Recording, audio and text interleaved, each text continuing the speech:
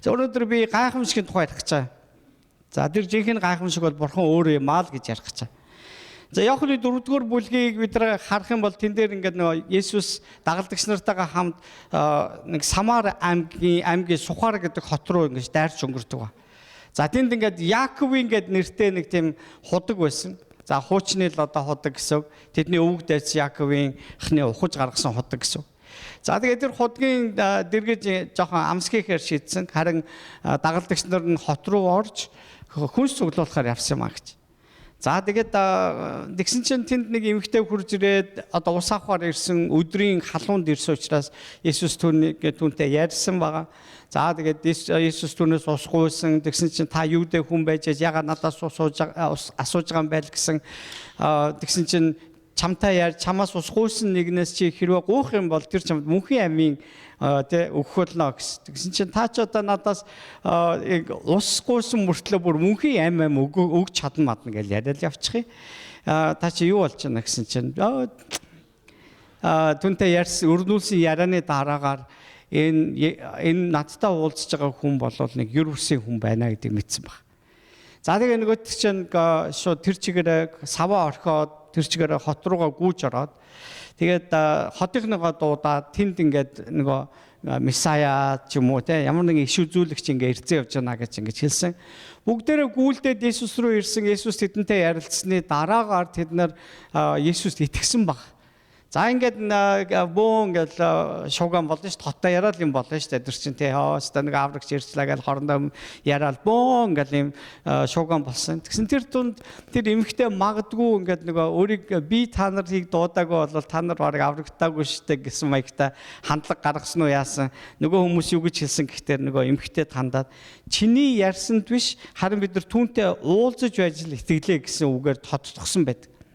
Заримдаа хүмүүс бид нар нэг амьдралын нөхцөл байдал өстэй одоо амьдралын нөхцөл байдлаас болоод бид нар ингээд нэг өөрсдийгөө үнэлдэг үнэлэмж маань бас бусдад үзэгддэг тэр одоо харагддаг тэр байдал маань бас өөрчлөгдчихдөг. За жишээ нь одоо бол одоо интернетээр ингээд одоо лайв хийдэг энэ стримерүүд те одоо юу гэдэг вэ инфлюенсерүүд одоо тэд нар ихэндээ бол их гоё эхэлнэ. Тэгээд алдартай болсон шалтгаан тэд нар нэг хүний сонирхол татсан юм хийгээд байгаа учраас аахгүй. Тэгээд нэг л өдөр тэд нар нэг буруу ярихад тий буруу үйлдэл гаргахад тэр чигээрээ түүнийг үзэн ядах магадлалтай ингэж эргэж хорвдог ба. За энэ нэмэгтэй магадгүй залуу сайхан хүүхэн байсан баг. За гэтэл энэ нэмэгтэй одоо нэг бүтэхгүй үнтэй суучиж. За тэгээ нөгөөтгөндөө бас бүр гэрэлж бараадаад хурмаа хийсэн ч биш бүр цуг амьдарч игэлсэн. Удаггүй хүүхэдтэй болсон. Нөгөөтг нь хаяад явсан. За одоо зан ааш нь илдэггүй байсан юм уу эсвэл нөгөө очирсан хүн бүтлгүй хүн байсан уу? Тэг ямар ч гэсэн хүүхдтэй хоцорсон баг. За ингээ одоо тэрнээс хойш ингээ хэд дараалж ингээ бараг 4-5 ч одоо хүнтэй амьдэрсэн байна. Тэг хот даяараа энэ бол ерөөсөө нэг болдгүй эмэгтэй гэдэг юм зартай эмэгтэй байсан. Тэгээд Есүс түүний амьдралыг нэггүй мэдчихсэн. Чи урд нь 5 ч нөхөртэй байсан. Тэгээ одоо байгаа чинь ч гэсэн тэ чиний нөхөр бас бишээ гэд ингэж хэлж. Тэгээ энийг сонссон эмэгтэй өөрийнх нь амьдралыг нэвт шувд мэдээд байгаа учраас түүнийг үнэхээр энэ жирийн хүн биш энэ бурхан байна уу гэж ингэж мэдсэн ба. За үүнийг одоо хүмүүст очиод хэлсэн байгаа. Харин ард олон буюу одоо түүний Сухар хотынхан болохоор түүний амьдралыг мэддэг учраас нэг өдрийн дотор энэ өөрчлөгдөнө гэж юу тий. Тэгээ энэ одоо болохоор зэрэг биднэрт нэг Есүс тэнд байна гэж хэлснийхаа төлөө одоо биднээс юу хүсэж байгаа гэсэн тийм хандлага гаргасан баг.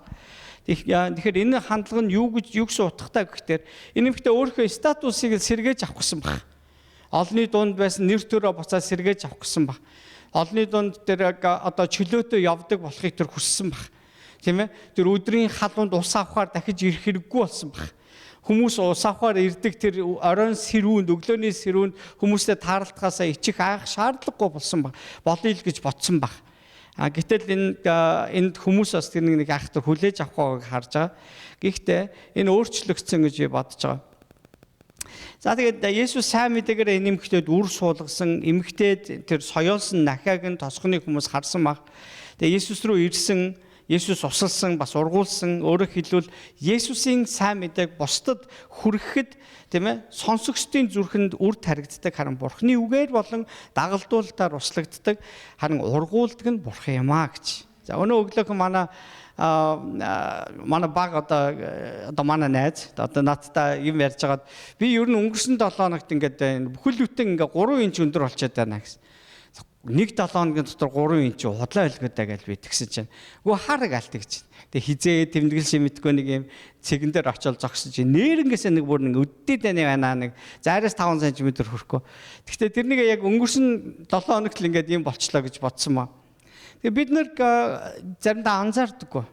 Энэ 25 он хэр урт он байсан бэ та хэд. Тэ? Ингээд л өнгөрлөө шүү дээ. Юу болоод ч өнгөрчөө те. Миний хувьд те. Ингээд л өнгөрчлөө. Гэхдээ 20 он гарч ирснийг санаж байгаа юм байна уу?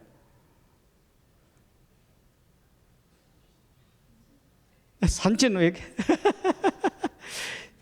За 20 он гарахын өмнөх нэг пастор нэг эмнэлэг твтэй давсан те. За тэрүүгээр санаж болно шүү заяа. За тэгээд тэр амьд үлдсэн гэдгээр санаж болно. За тэгээд тэрнээс хойшх нэг хэдэн жил бол ерөөсөө юу болсон юм мэдгүй. Ингээл өнгөрсөн баг. Тэгээд тэр үеэр одоо хүмүүс ингээд зарим нь алдсан, хохирсон гэж аюу их юм олон ярих дуртай. Гэхдээ дэлхийн нийтээр ковидоос болоод өлсөж өгчихсэн гэсэн тийм мэдээ ер нь хараагүй бэ. Өвчнөөс болж өгсөн гэдэг мэдээ өгсөн. Тэгэхээр хүн бол өлсөж өгөөгүй. Ажилдаа байсан, хангамжтай байсан, тэ олон талаар бас хамгаалагдсан харж байна. Бурхан л биднийг амьд үлдээгээгүй бол бид нарт ямар ч тийм жижигхэн одоо хавталтаас л бид нар өөхөх магадлал өндөр байсан баг. Эзэн биднийг хамгаалсаар ирсэн. Амен. За тэгээд үнэхээр хамгийн чухал юм бид өнөөдөр Христэд итгээд байгаа гэдэг чинь л айгүй сонирхолтой зүйл байхгүй. Христийн тухай анх би сонсчоод манайд суглаанд яваад эхэлчлээ гэдэг би сонсчоод за одоо Монголын маань шашин ер нь нэг илүү философик те илүү одоо юм бодтой юм ярьдаг штэ гэсэн юм яриад ингээд ингэжсэн. Тэгээд өөрөө дараа нь дүүтэйгээ цуглаанд очсон тэр өдрөөсөө л үнэхээр зүрх сэтгэл дотор нэг юм яваад орцсон. Би тэрийг мэдчихэж байгаа. Яг яаж итгэснээ би мэдэхгүй. Тэ? Яг яаж итгэснээ би мэдэхгүй. Зүгээр л нэг юм тэ ерөөсөө Бурхан нэг миний зүрх сэтгэл дотор нэг юм хийгээл тэгэл тэр нь одоо ингээд ургасныг л би харж байгаа. Тэгэхээр энэ Бурханаас л гэсэн. Түүнээс би урд нь итгэдэггүй байсан шүү дээ. Би итгэе гэсэн сонголт ч гаргаагүй байхад миний дотор итгэл авчирна гэдэг чинь Бурханаас ирсэн зүйл байдаг. Тэгэхээр хүн Бурханд итгэнэ гэдэг чинь гайхамшиг. Тийм ээ? Хүнийг өөрлөгөө эргүүлж байгаа гэдэг нь Бурханы гайхамшиг. Үүнийг хийж байгаа тэр агуу хайр нэгүслийн дотор Бурхан бол өөрөө гайхамшиг юм аа л гэж ярьна гэж. Бурхан хинэгний амьдралд хийсэн гайхамшигт үйлсийг харуул хүмүүс бид өөрийнх нь амьдралд ч бас яг ийм зүйл тохиолдоос ийм зүйл үргэлж байгаасаа гэж хүсэж байдгаас биш. Эзэн яагаад үүнийг хийсэн? Тэ төдийллийн талаар тунгааж бодохгүй байгаад байдаг. За одоо жишээ нь хүний амьдралд ингээд за одоо бүр дэлхийд даяараа алдартай нэг тийм юм болъё гэж бодъё.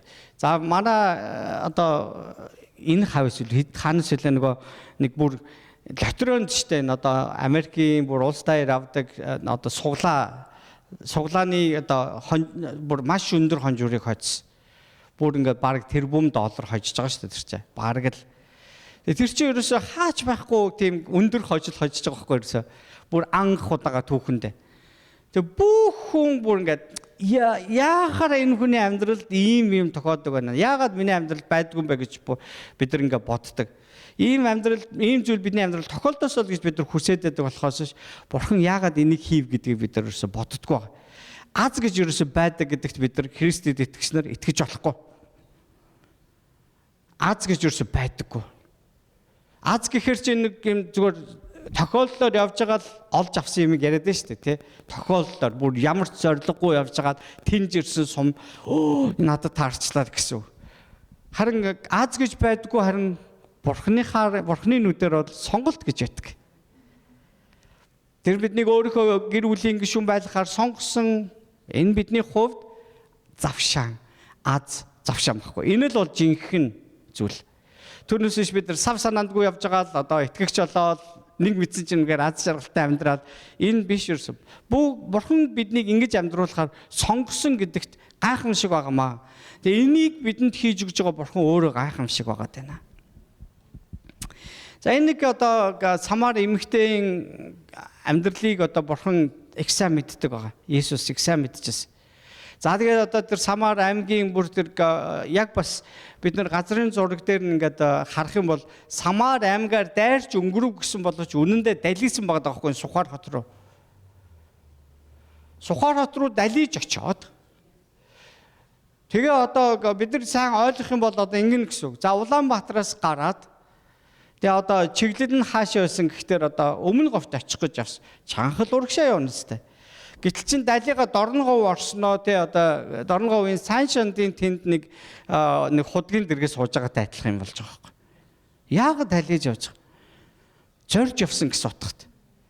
Бурхан тэнд зорж ирээ. Тэр Сухар хотынхонд зориулсан тэр авралыг ажлыг хийж яана гэсэн.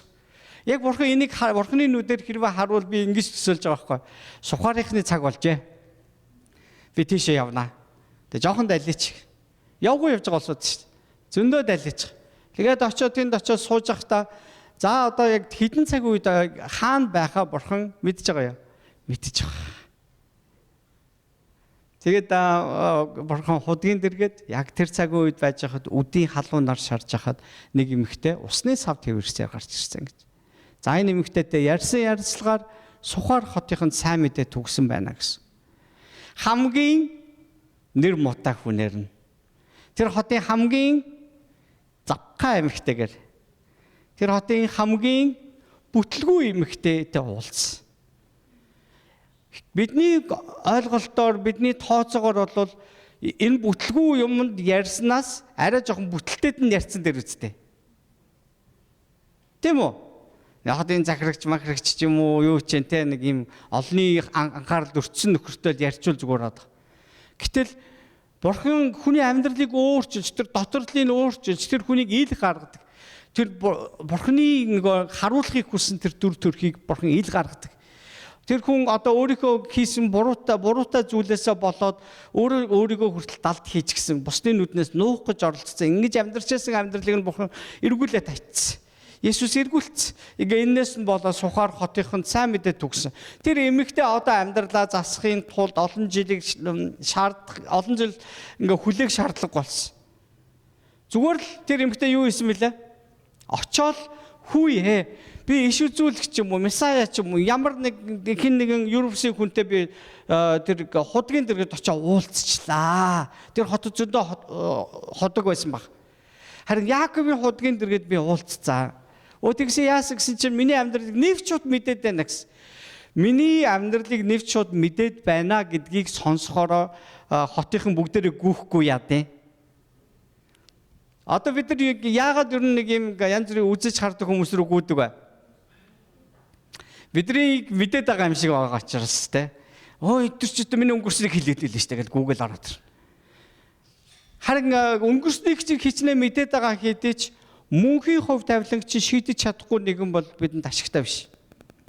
Харин тэд нэр өөр одоо нэг тийм сонирхолтой Есүс рүү ирсэн боловч тэд мөнхийн хувь тавилангийнхын тухай Есүс ярьж байгааг ойлгосон баг. Тэгээ Христэд итгэж эхэлсэн байна гэсэн. Халелуя. Тэгвэл Христэд итгэлийн маань гол зорилго маань юу вэ? Бидний амьдралын гол утга учир маань юу? Бидний мөнхийн хувь тавилан маань Христээр шийдэгдсэн. Бид нар Бурханы гэр бүл болцгоос түүнтэй хамт бид нар мөнхөд амьдрнаа гэсэн ийм жаргалтай амьдралаар бид нар амьдарч гин гэсэн үг шүү дээ. Ийм үйл явдал тэнд болж өнгөрсөн баг. Эзэн нэгүслээрээ үйлдсэн эдгээр зүйлс нь түүний хувьд гайхамшигтай зүйл ерөөсөө биш. Бурхан ингээл хийчихгээл ухаан балартаал толгоон иргээл би яаж энийг хийчихвэ гэл ингээл шаардлага өрөөсөн байхгүй. Юуг яавал яачихгүй гэдгийг бурхан мэддэг л байхгүй. Бид нар өөрсдийнхөө амьдрал дээр энийг аягүй сайн ойлгож чадна. Эхлээд бид нар нэг шинэ ажилд орлоо гэж бодоход бид нар бойтголж өгдөг шүү дээ. Гар хуруугаа одоо нэг янз бүрийн ажил хийж байгаа ч хүнд хүчээр ажил хийж байгаа ч гар хуруугаа хавчин, галтгоонд ажил, гар хуруугаа түлэн тэгэл эсгэх нь одоо янз бүр юм болно. Олон жилийн дараа одоо хэсэг хугацааны дараа бүр нөгөөтгөндөө бүр ингээд харахгүйгээр хийдэг. Тэнийг манай нэг хамаатны нэг ахын юу байхгүй онгоо гэж байгаа байхгүй. Амар ингээ хурдан ингээд сонгон хэрцэж ирсэн. Айгу хурдан хэрцэг нэ. Тэгсэн чинь хажууд нь зогсчихсон. Баах та ямар хурдан хэрчдэг гэсэн. Би энэс ч илүү чадна гэсэн. Сонгон нь улаан болоод явцсан гэсэн. Тэгээ бидний хувьд ингээд нэг гарт орсон зүйлдээ бид нар сүулдэ энэ нэг тийм гайхаад ах зүйл биш болчихдог шүү дээ. Тэгээ би нэг 11 жил бараг нэг хэм зөвлөгөөний delivery хийдэг шүү дээ. Одоо хүргэлтийн ажил. Тэгээ би сүулдэ нөгөө чинь олон жил хийхээр чинь яавал хурдан эмх зэгцтэй одоо тэ ингээд хийж чадах уу? Аюулгүй хийж чадах уу? Тэгээ тэр машины шат матын чинь би чинь ингээд харж байгаа л ингэдэг байсан бол сүулдэ нөгөө хэдэн жилийн дараа чинь бас залуу ээж одоо л чадахгүй байх. Зүгээр тэр чинь өсөрч харааж буугаал зүгээр ингээд ерөөсөө хүний нүдэн дээр чинь ингээд айгүй хурдан хөдлөөл ингээд гараал явчихна. Ажлаа маш хурдан дуусах. Тэгээд яг ингээд дуусгацсан хоосон машинтаа буцаад явж байхдаа л ерөөсөө яа бэлстэй алж яана л гэж бодоод байгаа байхгүй ерөөсөө би тарааж яана л гэж бодоод байд. Бидний гартаа орсон юм дээр бид нэр айгүй их тийм нэг юм баавартай тэ одоо ч бардам багталтай өдр болоод байх тохиол бидэнд байгаа. Эхэндээ ямар байснаа бид нар бас мартчихад байдаг байна. Харин бид нар одоо чадж байгаагийнхаа төлөө Бурхан талархлаа өргөж чадж гин үү? Тэгэхгүй бид нар илүү юм ингээд нэг өөрөг чинь ингээд огшоосон юмыг хараад гайхамшиг гэж харчих гад байдаг байхгүй юу? Гэтэл энэ бүгдийг бидний амьдралд хийж өгч байгаа Бурхан өөрөө гайхамшиг гэдэг бид нар харах хэрэгтэй. Харин энийг хийж өгж байгаа Бурханд маань энэ гайхамшиг биш гэдэг бодох хэрэгтэй. Тэ одоо түн би одоо тэр өстө ган хуйгийн амьдралд ийм агуу зүйл хийсэн өстө нэргээд Бурхан ингэж суухгүй. Тэр хаанаас хаа хурж юу болохыг нь байггүй сайн мэдчихэж байгаа байхгүй. Бүгдийг тэр үнэхээр контролддаг, захирддаг, ойлгодог, бүр нэвч чут мэддэг гэдэг бид нар бодох хэрэгтэй. Харин түүнийг тушаахтал хүсгэд биелж байгаа тий биелж байгаа энэ нь биднийг түүний тухай бодуулахад хүргэх учиртай байгаа байхгүй.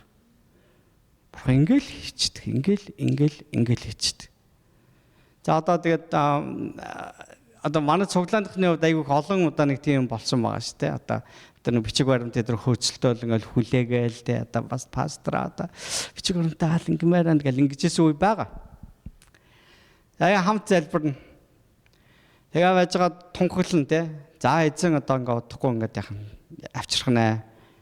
Хүлээж аваад амин гэж хүлээж аваад ингэсэн хүмүүс нь удахгүй авчгаал тэгснэ нөгөө манай бүр сургууль дээр нэг тийм хүн итгэж авчихсан. Таныг ч ногоон картны тослоготой пастор хүү мэдээдээ тэгж ярьж болохгүй шүү гэсэн. Тэрийг чи ногоон картны тослоготой пастор гэдэг хүү тэгж ярьж болохгүй чи Бурханы хийдэг ажил. Чи итгэж байгаа бол Бурхан чамд хангаж өгнө. Тэ тэр үнэхээр өөрийн хүүхдүүдийн төлөө маш сайхнаар хийж өгч чаддаг гэдгийг баталгаа шүү. Тэгээ бид нар энийг бодох хэрэгтэй. Энийг хийж байгаа. Тэгээ бид нар ингээд гуйсан зүйлээ хурдан хүлээж авах гэдэг маань бидний хувьд ингээд маш том ач холбогдолтой зүйл байгаад болохоос энийг хүлээж авсныхаа дараа Бурхан яагаад надад энийг өгөө гэдэг бодох хэрэгтэй болно гэсэн юм. Амен. Юу ч гүй байх үедээ та залбирчсан залбирлаар сандгүй. Эзэн минь та бидэнд нэг илүү өрөө өгөөч. Би тэгээд өрөө хэрэгтэй үнд ер нь хэрэглүүлж байна. Эзэн минь та надад 5 төгрөг илүү өгч. Би ядуу үнд тусалж байна. Би үргэлж 11 өргөж байна гэсэн залбирлууд байсан уу байгаагүй юу? Тэгээ одоо тэрнийг биелүүлж чадж байгаа мүү юм уу? Зүгээр л энэ болгонд бидний тэр одоо хаамаагүй залбирч байгаа залбирлч Бурхан заримдаа хариулдаг шалтгаан өөрийг нь бодогдуулах тухай байгаа шүү дээ. Тэр нөгөө одоо би нэг аавынхаа талаар жоох юм нэг юм эсрэг ойлголттой, жоох буруу ойлголттой явж байгаа үед бол нэг гэрт ингээл цуг байгаал яаж чахтаа нэг тэдний гэрт амьдраад байгаа юм шиг санагдчихсан үе байгаа. Яг нэг өсвөр нас шүү дээ. Нэг тийм жоохон тэнэгэр нас. Тэнэгэр гэдэг чинь жоохон тэнэг гэсэн үг байгаа шүү дээ дотор нь. Тэгээ тийм насанд явж байх үедээ яг нэг хүний гэртэл амьдрал энэ гэрээс л нэг хурдан гарах юмсан даанч мөнгө авахгүй нэг боддог тийм үе байлаа. Дараа нь цэрэг цуухад яваад ингээ бие даасан амьдрал руу ингээ шилжээд ирэх үед аав ээж чи хэлжсэн үг те надад захижсэн юм, зааж өгчээсэн юм ямар ихтэй одоо олон талбар дээр миний амьдрал шингэсэн байд юм бэ. Тэгээд тэр нь ингээд нэг амьдралын дунд ингээд надад ингээд мэддэгдэх үе, дахиад санагдах үед аавыг бодогдуулж, ээжийг бодогдуулж. Бурхан бидний амьдралд ингээд шингэсэн байдаг гэдгийг бодох хэрэгтэй болно гэсэн. Нөгөө л нэг Эден цэцэрлэгийн тухай ярив. За би одоо Библийн сургуульд болохоор ч нөгөө нэг системчлсэн теологийн багш. Учираас айгүйх нөгөө юм хуучин анхлаг үе муу ингээл төгсгөлийн үеийн тухай их ярьдаг баг. Эден цэцэрлэгийн голд байрлуулсан сайн мууг мэдүүлэгч мод нь бурхан шиг болгох учиртай байгаа юм аа гэд сатан шивнснийг тэр хүмүүс өөрсдийнхөө нууцхан хүслээрээ тэр одоо тэр модны жимснээс авч идсэн байгаад байгаа. Зүгээр ингээ энгийнээр хийдүүлээ бодоод үзье. Нөгөө хуучин гэрэн дээр тэд нар хурж болохгүй байсан бол бид нар илчил номон дээр харах юм бол тэн дээр бүр тэр нөгөө цэцэрлэгийн голд байдаг тэр амийн модноос авч идэж болох тухай ярьж байгаа байхгүй. Тэгэхээр тэр сайн мууг мэдүүлэгч мод гэдэг нь уг чанартай хэрвээ би бурхандаа үнэнч байж би бурхандаа хайртай байсан бол сайн мууг мэдүүлэгч модноос би жимс авч ичгээ нүд маань нэгдэх үед би ямар сул дорой гэдгийг би ойлгох үедээ бурхан маань надад ямар нэгүсэл өгсөн бэ гэдгийг би илүү ухаарах учиртай байсан байгаа. Гэтэл хүмүүс буруу тийш ярьсан. Илүү өөрсдийнхөө төлөө явж эхэлсэн байгаа байхгүй юу? Энийг сайн ойлгоорой. Сайн мууг мэдүүлэгч мод амийн мод гэл бурхан минийх гэл бурханд тэр нь хэрэгтэй байхгүй юу? Тэгээд тийм учраас бурхан харамлаад та нар энд хурж болохгүй бусдаас нь идэрэй гэж хэлсэн юм шиг бид нар ойлгож өрөөсөө болохгүй. Хожим нь бидний мөнх амьдруулахыг хүссэн тэр бурханы нэг төлөвлөгөө байсан байгаа байхгүй юу? Тэрэнд хүрсэн ч хүрээгүй ч тэндээс авч ицсэн ч идээгүй ч бурхан маань бидэнд байхад хангалттай гэдэг тэр сэтгэлтэй тэр итгэлтэй нэг л бурхан харахыг хүссэн байгаа. Бүтээгчээсээ давсан бүтээл гэж өрөөсөө байдгүй. Тэгээ бурханаас илүү гайхамшиг гэж өрөөсөө байхгүй. Бидний өөрсдөө хизээж олж авч бүтээж үйлдэж чадахгүй зүйлсийг жинхэнэ гайхамшиг болох бурхан амьдрал маань үйлдэж өгөхөд тэр нь бидний ой ухаанд багтамгүй шунан дурлахаар зүйлс болдог байна. Тиймд бид гайхамшигыг хөөцөлдөг гэхээсээ илүү гайхамшигт эзнийг бараадах гэдэг нь бидний амьдралын энэ тэргүүнд тавих ёстой зүйл байна гэсэн. Иохны 5 дугаар бүлэг дээр нэгэн түүх гардаг. Би бүгдийг нь уншихгүй. Гэхдээ та бүхэнд энд харагдана. За нэг юудэчүүдийн баяр болж исэн Есүс Иерусалимд очисон. Тэгээ Иерусалимийн одоо хоньны голдон хаалганы дэргэд еврейгээр Бицада гэдэг цөөрөн байсан. Тэнд 5 сарвчтай. Тэгээ тэдгээрийн дотор өвчтөө, сохор, доглон, хатингар олон хүн хэвтэж байсан. Тэгээ тэр цөөрмийн ус өдөртөө нэг тодорхой цагт ингэж хөдөлдөг байна л да. Тэр ус хөдлөхийг хүлээжсэн. Тэгээ энд Библийн нэг юм хаалтанд хийсэн тайлбар хэсэг дээр учир нь эзний тэнгэрлэгч тодорхой үед цөөрөмд бууж усыг хөдлөхөд ус хөдлсөн даруйд төрүүлж орсон хүн ямар ч өвчтөй байсан эдгэрдэг байсан юм агч. За хүмүүс тэр өвчтөй хүмүүс тэр цөөрмийн ус хөдлөхийг хүлээдэг байсан байна. 38 жил өвчтөй байсан нэг хүн тэнд байсан. Тэгээд хэвдэж байгаа түүнийг Есүс хараад удаан хугацаагаар ингэ зовсныг нь мэдээд хинч тусалдгүйг нь бас мэдсэн баг тийм ээ. Тэгээд Есүс түүнээс чи эрүүл болохыг хүсэж байна уу гэсэн. Тэгээд тэр энэ хүнийг хүсэл бол юу гэхээр тэглгүй яхахтай гэж одоо хэлээгөө. Оо эзэн уус хөдлөх үед намайг цөөрөмд оруулах хүн байхгүй. Тэгээд намайг оцоор атл өөр нэгэн надаас өмнө орчт юм уу гэсэн. За энэ байдлаар хичнээн жил хөвцсөн бөөмөд тийм ээ. За тэгээ Есүс түүнд бос дэвсгэрээ аваад алах гэж хэлсэн. Энэ хүн тэр даруйдаа эрүүл болсон ба. Тэг яг тухайн үед бид нар ингээд энэ дээр нөгөө нэг кино шиг харагдахгүй болгож дүрсэлгэж жоохон ингэж дүрсэлж болох юм те. Есүс бос гэж хэлэнгүүт нөгөө хүнчтэй өөр ирэхгүй ингээд хамаагүй нэрвгэнээл те одоо бөө юм бол босхоос өөр аргагүй болол би нэг тийм сумгой байжгаад боссон хүний нэг юуг сонсч байсан аахгүй мэдрэмжийг нэг залбирлын үеэр нөөч тэрэгтэй орчихсон. Тэгээд магтаалын үеэр бүр ингээд нөгөө чинь ингээд босмоор сарагдаад гэсэн гэдэг аахгүй ерөөсө хүмүүс босоо зогсоод магтаад байдаг. Үгүй энэ бурхны чаас босоо зогсож магтах хэрэгтэй. Тэгээ нөөч босгоо тэмүүлэх үед хөлн итгэрсэн. Тэгээ ингээд олон жил яваагүй учраас ингээд нэг тайзруу юм өчгөн сүү юм гарч байгаа. Хүнд ингээд төсцсөн. Тэгээд зүгээр болцсон. Тэгсэн бүртлөө дараа нэг бурханд итгээгүй. Маш сонирхолтой. Тэгээ энэ хоёр жоо ондоо зүйл байгаа гэдэг юм шиг байна. Ойлгож байна те?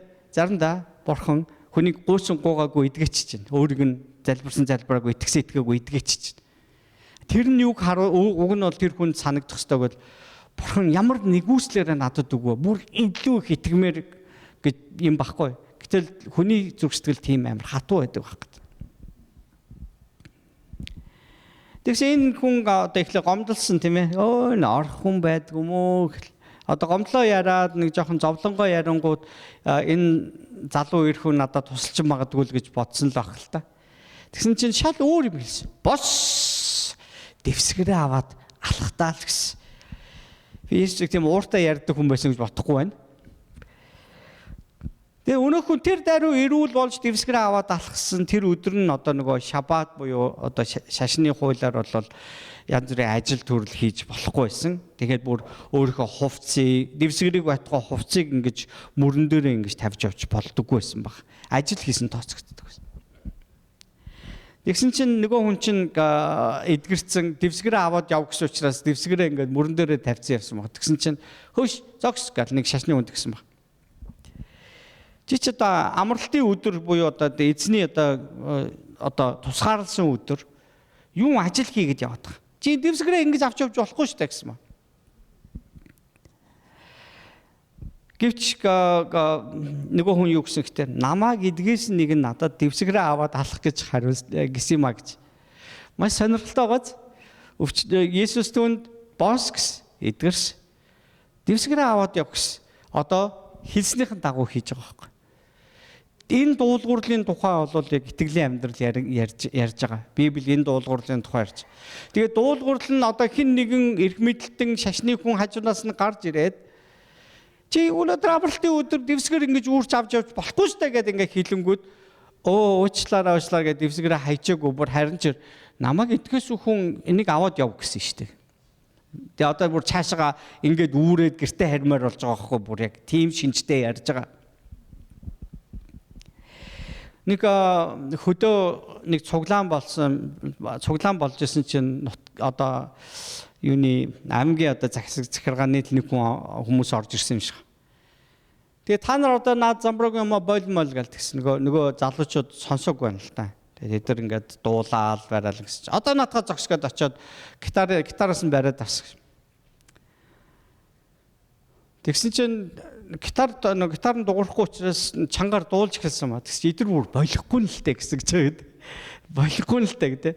Тэгээ бөө хэрүүл муруул болоод ингээд бид нар ч одоо эрхчлөөгөө үндсэн хуулийнхаа дагуу ингээд шүтэн бишрэг хэрхээ ингээд эдэлж ийн гэдэг ингээд бөө яриа бас тэгээд тэгсэн чи дараа нь уурлаад яваад нэг жоохон нөгөө захиргааны хүн эдгээр ер нь болохгүй шинжтэй юм бэл эдгээр болиулах хэвээр заавал би заавал болиуллаа л гэдэг.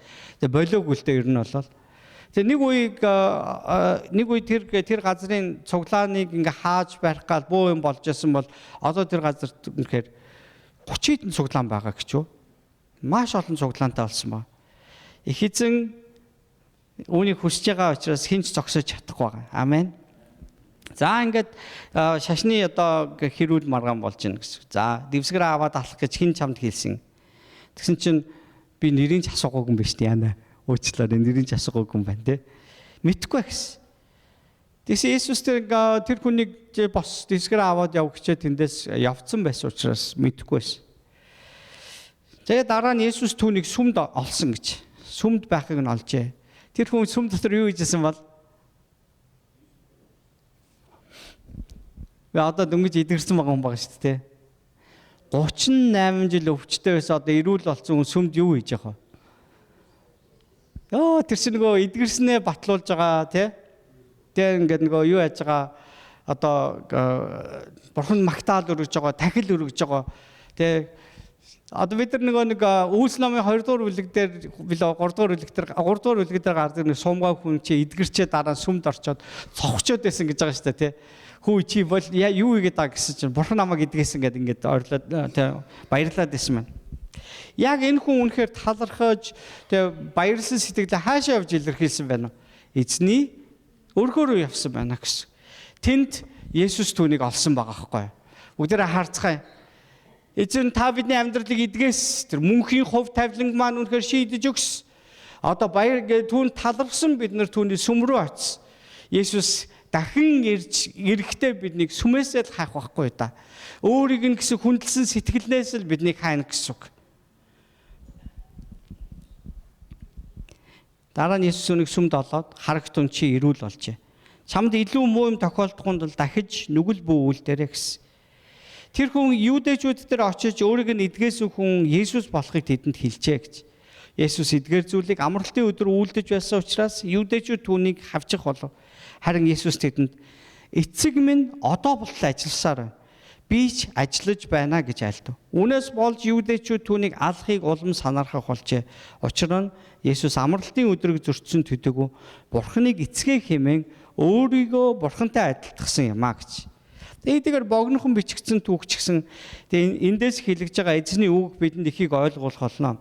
38 жилийн турш саажилтаа болон хэвтрийн саажилтаас болоод хэвтрийн болсон энээр Бетсайда гэж энэ цөөрмийн дэргэд их зүйлд найдлага тавьж ингэж хүсэж ирсэн хэдэж удтал боломж гарахгүй байснаас итгэл найдвар тасварсан байдалтай хэвтчихсэн баха.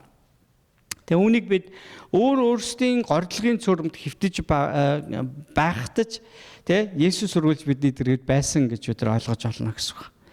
За одоо ингээд хүм болгоны амьдралд бас ингээд зорж байгаа, хүсэж байгаа, бас хөөцөлж байгаа зүйл байгаа л ах. Тийм ээ. Тэгээ одоо хизээж яаж одоо энэ бүтэж болох юм байгаа. Тэгээ бид нар бас нэг бүр ингээд цөхөрсөн байдалтай ингээд нэг юм байж ч магадгүй. Тэгээ энэ үед ч гэсэн Есүс хамт байгаа гэдгийг ойлгоорой. Амен. Тэгээд хэрвээ энэ хүн 38 жилийн өмнө эдгэрсэн байсан бодлоо тэгээ ямар аштай юу даа гэж бодож олно. Гэтэл 38 жилийн өмнө Есүс ирээгүйсэн байхгүй. Тэ Есүс чинь одоо 33 настай 33 орчим настай хүн явж байгаа шүү дээ энэ үед. Тэ тэгээд 33 та хүн чинь 38 жилийн өмнө энэ дэлхийд хүний биеэр ирээгүйсэн баг. Тэгэхээр Есүсийн өсөж явах тэр үед энэ хүн бол зовлонтой байсныг Есүс мэдчихэж байгаа. Есүсийн зүрх сэтгэлийг ойлгох гэж хичээ. Есүс түүнийг ийм удаан ингэж ийм өвчтөөр ийм удаан байсныг нь юу агаад мэдээд өрөвдсөн гэж. Ингэхдээ тэр юу ботсон бол намайг Назарт ингэж амьдарч явах үед хүүхэд нахуу цаг ингэ өнгөрөөж явах үед энэ хүн байсан л шүү дээ. 12 настайдаа намайг энэ Иерусалимд ингээд ирэх үед одоо нэг баярын үеэр ирээд сүмд хүртэл ингээд байцгаад энэ ах хэвтчихэл исэн биш үү гэж бодсон баг. Тийм ээ. Тэгээд Есүс тэр хүн туслахаар шийдсэн. Түүнийг тэр цөөрмийн ус руу биш харин өөрөө тэр эдгээсэн ба. Тэр эдгээгч гэдгийг хэлж байна гэсэн үг. Амен.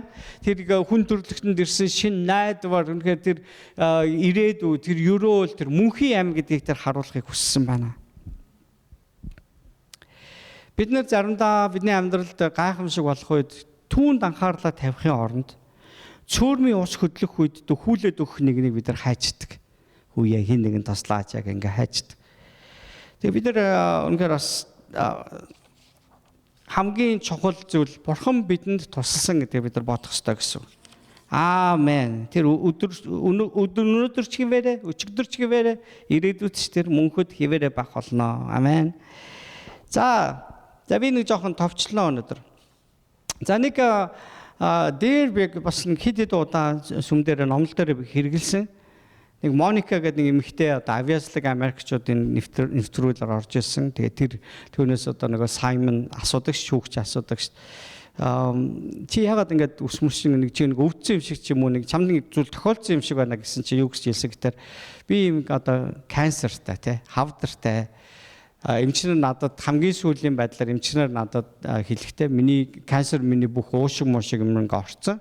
2% амьд одоо юу лээ? Амьд явах юм юу үлдсэн, боломж үлдсэн гэж ингэж хэлсэн. За тэр хүн одоо нэгсэндээ өхөж байгаа хүн байна шүү дээ. Нас барж байгаа хүн байна. За тэгсэн элэг уушиг нь хамгийн сүүлийн байдлаар хавдрын эс маш хурдгаар тархсан гэж ингэж хэлсэн. Тэгсэн тэр хүний дуулсан тэр одоо it's okay гэдэг тэр дуу байгаа. Тэгээ өөрийнх нь зохиосон дуу гэж байгаа хэрэг. Хичнээн янз бүр ингэ болсон зүгээрээ тий хүлээгээд ав тий одоо нэг тийм утгатаад байсан. Тэгсэн тэр дууг нь сонсоод нөгөө хүмүүс уйлсан зөндөө тэгээ шүүгчнэр түнд ингээ алтан баазар буюу тий нөгөө golden buzzer ингээд өгсөн.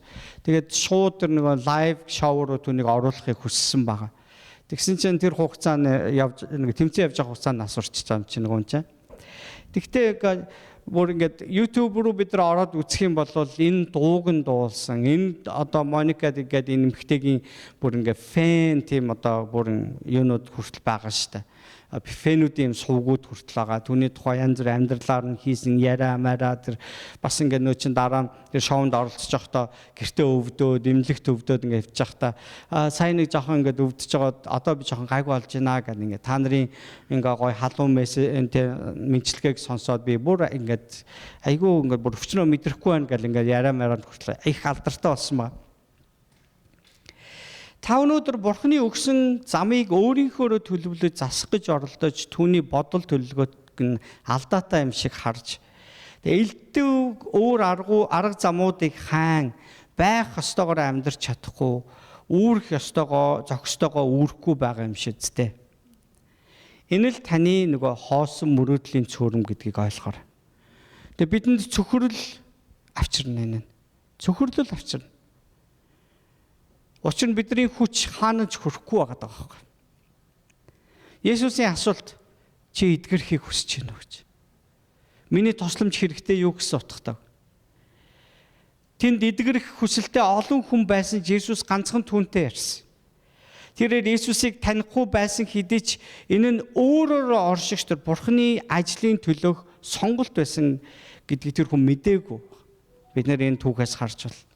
Есүсийн асуулт мөнөх эрд өөрт нь туслаад цөөрм рүү оруулах хүн гараад ирлээ гэж бодоход хүрэгдсэн баг л да. Гэтэл Есүс бидний төлөвлөгөөний дагуу явдаг нэгэн биш юм аа. Харин бидний төлөвлөсний дагуу эсвэл бидний төлөвлөгөөг дагдаг нэгэн биш юм аа. Харин бид түүнийг дагах ёстой юм аа. Есүс түүнд шууд л юу гэсэн гэтэр бос дэвсгэрээ аваад яв гэсэн. Эхлээд түүнийг эдгэрэх итгэл байгааг нь асууж. Тэгэхээр тэр дагсан, эдгэрсэн тийм ээ Есүс биднийг хамгийн доод цэгтээ буюу тэр цөөрмийн дэргэд байхад ч гэсэн тэр уулзахыг хүсдэг юм аа. Бидэнтэй ярихыг хүсэж байдаг. Бидний анхаарлыг татахыг хүсэж байдаг. Есүс энэ хүнд хоёр дахь удаага нэгүсэл үзүүлэн уулзсан байгаа. Сүм дотор уулзсан түүнтэй. Мэдээж тэр хүн хамгийн зөв зохистой газараа байсан нь сүм байгаа. Түүнтэй тэнд л уулзсан те Есүс. Тэр хүн Есүстэй сүмдэл уулзсан. Тэрээр нөгөө дэвсгэрээ үүрээд л явж байсан баг. Шашны бүлгийн хүмүүсийн нүдэнд энэ үнэхээр зохисгүй үйл байсан нь Шаббат өдөр сүмд Есүсийн хэлсний дагуу байгаамаа. Хууль зөрчиж амьдрах тухай ерөөсөө хэлээгүй. Харин амьдралыг нь өөрчилсөн нэгний үйлсийг тунхаглахын тулд зааварчлагдсан байгаа энэ хүн. Тэг бид ч мөн адил түүний хийснийг л тунхаглах ёстой болно гэсэн үг. Хүмүүст таалагдахгүй угаасаа. Энэ дэлхийн магадгүй баг бүх хүн таалагдахгүй ч болно. Бидний ярьж хэлж байгаа зүйл бидний итгэл бишрэл таалагдахгүй ч болно ерөөсөө. Тийм учраас одоо шашинтай хүмүүс энэ одоо яг л Христэд итгэлийн эсрэг ерөөсөө бүр ингээ хараалж, бүр таргетлж те одоо хурж ирдэг. Зордог, шүмжилдэг, халддаг. Яг үгээр энэ ертөнцийн энэ харанхуй хүчний захирагч нь Бурхны дайсан гэж байгаа шүү дээ. Тэгэхээр тэр Бурханд дайсагдаг тэр харанхуй хүчин аль байдгаар энэ дэлхийд нөгөө Есүсийн асаасан тэр гэрлийг бөхөөхийг оролдож байдаг. Энэ хязгаарч чадахгүй зүйл байгаа. Хязгаарч чадахгүй. Тийм учраас амтлогтой зоригтой байгаарай, тууштай байгаарай гэж уриалж. Түүний анхаарал нөгөө хүний анхаарал хараан цөөрмөөсөө холдож Есүс рүү чиглэсэн баг. Таны анхаарал одоо яг юун дээр хаана явж байгаа вэ гэдгийг эргээд хараарай гэж хүсэж. Энэ Иохны 5 дугаар бүлгээс бид уншсан тийм ээ. За 5 дугаар бүлгийн 14 дээр юу гэсэн гэхээр нүгэл бүү үлдээ гэж хэлсэн. Хуучин нүгэлт байдалтай эргэж автах нь бат цайзынхаа үүдийг дайсантай нээж өгж байгаатай адилхан зүйл байдаг баг. Тийм учраас нүгэл битээ үлдээрэй гэсэн юм. За ер нь ингээ одоо бид нар бас Америкт амьдарч байгаа учраас манай энэ сүмд янз бүрийн одоо амьдралын юм зуршилтай, хөвшилтэй, дур сонирхолтой, донтолттой хүмүүс орж ирнэ. За мэдээж биднэрт бол ерөөс таалагдахгүй. За ижил хүснээ сонирхдаг хүн ороод ирэх гэж байна. Ягаш бидэнд таалагдахгүй. Яг тэгвэл бид нар өөрсдөө тийм биш. Библиэлд юу гэж хэлсэн бэ? Тэднийг хөөгд гаргаарай гэж загсан уу? Тийм үг ерөөс бид нар харахгүй байгаа. Харин эзнийг тэр одоо сануулгыг авсан мөртлөө тэрнийг зогсоохгүй давтан ингэж яаж эзний нэрийг тэг гутааж байгаа бол хүмүүсээ явуулаарай гэсэн баг. Энэ тайзан дээрээс би хизээч хэн нэгний нэрийг цохож ярихгүй байгаа. Гэхдээ бидний мэдих янз бүрийн тохиолдлууд дээр арга хэмжээ авах үе заавал ирж л таарна. Заавал ирнэ. Энийг бид нар эзний нэрээр хийхээс өөр аргагүй болно. Гэхдээ энийг эзний нэг хүслээр яаж хийх вэ? Хайраар яаж хийх вэ? Тэ? Библиэлд ингээ харах юм бол Христэд итгэх тусам, Христийг тунхаглах тусам, бас Христэд дуулуурлах тусам энэ дэлхийг бидний эсрэг ингэж олон зүйлийг хийх бол олон байдлаар бидний итгэл бишрлийг самруулсан, гим нүгэл дасгасан олон зүйлүүд бидний амьдрал тохиолдож болно. Тийм уруу татлах сорилтууд бидэнд зөндөө ирж болно. Библиэлд Есүс олон удаа загсан байгаа. Нүгэл дахиж битгий үлдэр гэж. Иохны 8 дугаар бүлэгт Иохан яагаад энэ хэсгийг ингэж аваад лсэн гэж бодож байна. Иохан Есүсийг тэр бол хайр юм а гэдгийг нь маш их хүчтэйгээр тунхагласан дагалдагч штэ. Түүний сайн мэдэн дээр бурхан бол хайр юм а гэж тунхаглаж байгаа.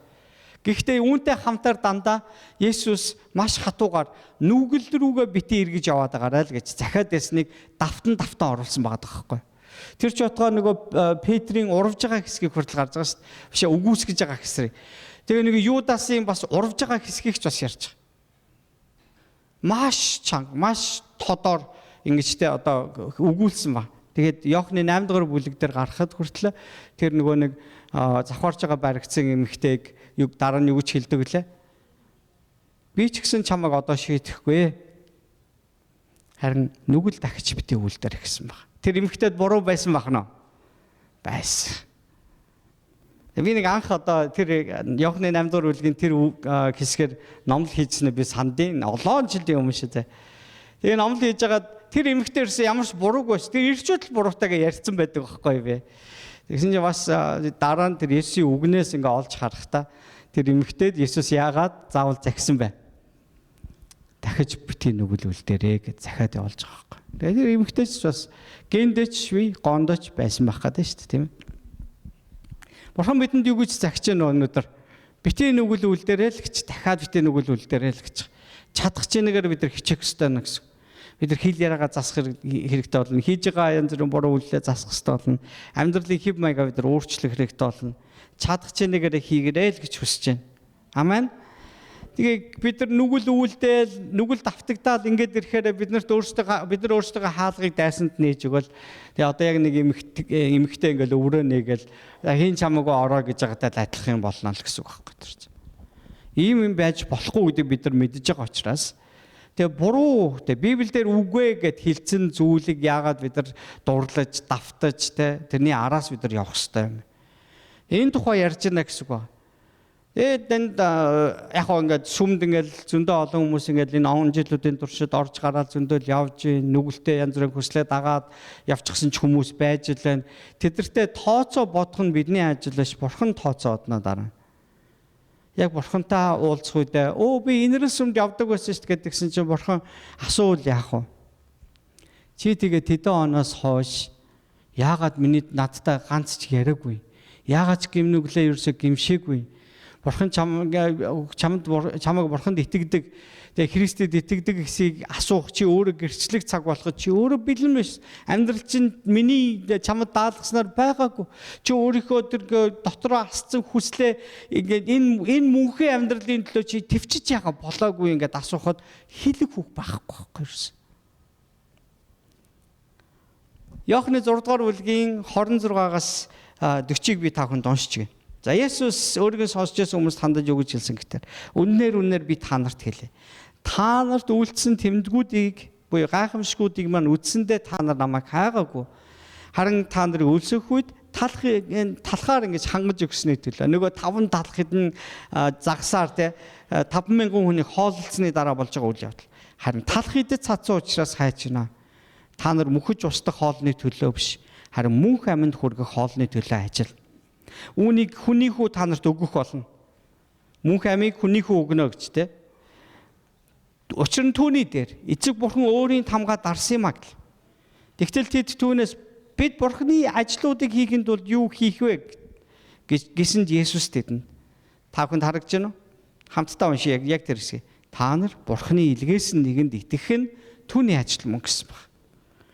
Яагаад ингэж хэлсэн юм болоо? Тэ? Бурханы илгээс нэгэнд итгэх нь бурханы ажил ах гэдэг. Тэгэхээр бурхан минь таны төлөө ажлыг гэхдээ бид нар бурханд итгэдэг байх гэдгээс л эхэлж байна гэсэн үг шүү. Тэгээд түүнд тийм бол бид хараад түүн танд итгэх ямар тэмдгийг та үйлддэг вэ? Та одоо ямар ажил хийж байна? Тэр тэнгэрээс тэдэнд талах үгүй гэж бичигдсэнчлэн бидний өвөг дээдс маана эдсэн гэцгээс санаа нь болохоор та бидэнд талах өгсөн учраас тэр талах өгөхөөр ирсэн тэр амлагдсан нэгэн байна гэж таныг дагсан ба та талах өгөхгүй мүү гэсэн санаагаар хэлж байгаа. Есүс тэдэнд үннээр би та нарт хэлье. Тэнгэрээс буух талахыг та нарт Мосе өгөөгүй. Харин тэнгэрээс буух жинхэнэ талахыг өгөгч нь миний эцэг мөн. Учир нь тэнгэрээс буун ирж ертөнцид амийг өгдөг нь бурханы талах юм а гэлээ. Тэгтэл тэд эзнээс эзэн энэ талхаа бидэнд үргэлж өгч байгаа ч гэв. Есүс тэдэнд би бол амийн талах байна. Над руу ирдэг хүн өлсөхгүй, надад итгэдэг хүн хизээд сангахгүй, харин та нар намайг үдсэн боловч итгэсэнгүй гэж би та нарт хэлсэн. Эцгийн надад өгдөг бүхэн над руу ирнэ. Над руу ирэх хүнийг би огт хөөж гаргахгүй. Яагаад гэвэл би өөрийнхөө хүслийг хийхийн тулд биш, харин намайг илгээгчийн хүслийг хийхийн тулд Тэнгэрээс бууж ирсэн юм а. Түүний надад өгсөн бүгдээс би юу ч алдахгүй, харин эцсийн өдөрт тэднийг амьлуулах нь намайг илгээгчийн хүсэл мөн.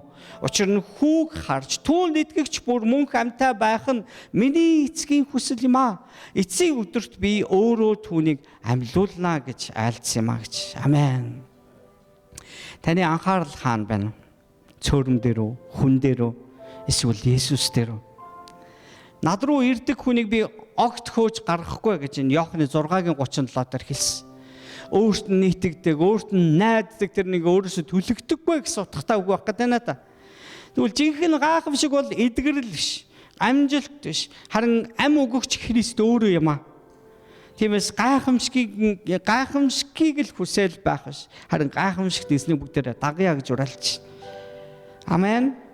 Есүс өөрийнхөө эрх мэдлийн тухай ингэж ишлэг хэлсэн. Үннээр та нарт хэлье. Эцгээс хийж харуулсныг хүү хийхээс тэ хүү юу ч өөрөөсөө хийдэггүй юм а. Одоо нэгсэнтэй бурхны хүслийг л би хийдэг. Эцэг юу хийн, хүүн бас эдгэрийг түнчлэн хийдэг. Эцэг хүүгээ хайрладаг бөгөөд тэр хийж байгаа бүхнээ түнд үзүүлдэг. Та нарыг гайхуулахын тулд эдгээрээс ч агуу ажлуудыг тэр түнд үзүүлнэ. Эцэг үхэгсдийг босгон тэдэнд ам өгдөгчлөн хүү бас хүссэндээ ам өгөх болно. Эцэг хэнийг ч шүүхгүй, харин тэр бүх шүүлтийг хүүдээ даатгсан. Энэ нь бүгд эцгийг хүндэлдгийн адил хүү хүндлэхийн тулд юм. Хүү хүндэлдэггүй нь түүнийг илгээсэн эцгийг хүндэлдэггүй гэсэн. Үннээр би та нарт хэлье. Үгийг минь сонсоод намайг илгээгч түүнд итгэгч нь мөнх амьтаа болох бөгөөд яллагдахгүй. Харин үхлээс гитэлж аминд шилжвэ гэсэн.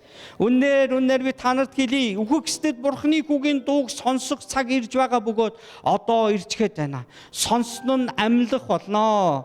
Эцэг өөрт нь ам байдгийн хүүд өөрт нь ам байлгахыг хүүдээ тэр сойрхож. Тэр бол хүний хүү тул шүүлтийг гүйцэтгэх эрх мэдлийг түүнд өгөв. Үүнд битгий гахаарай. Учир нь булшинд байгчид бүгдээрээ түүнийг дууг сонсон гарч ирэх цаг ирж байна. Сайныг үйлдсэн нь амийн амьлалт, муу муухайг үйлдсэн нь ялын амьлалт байх болно гэж хэлсэн байна. Амен.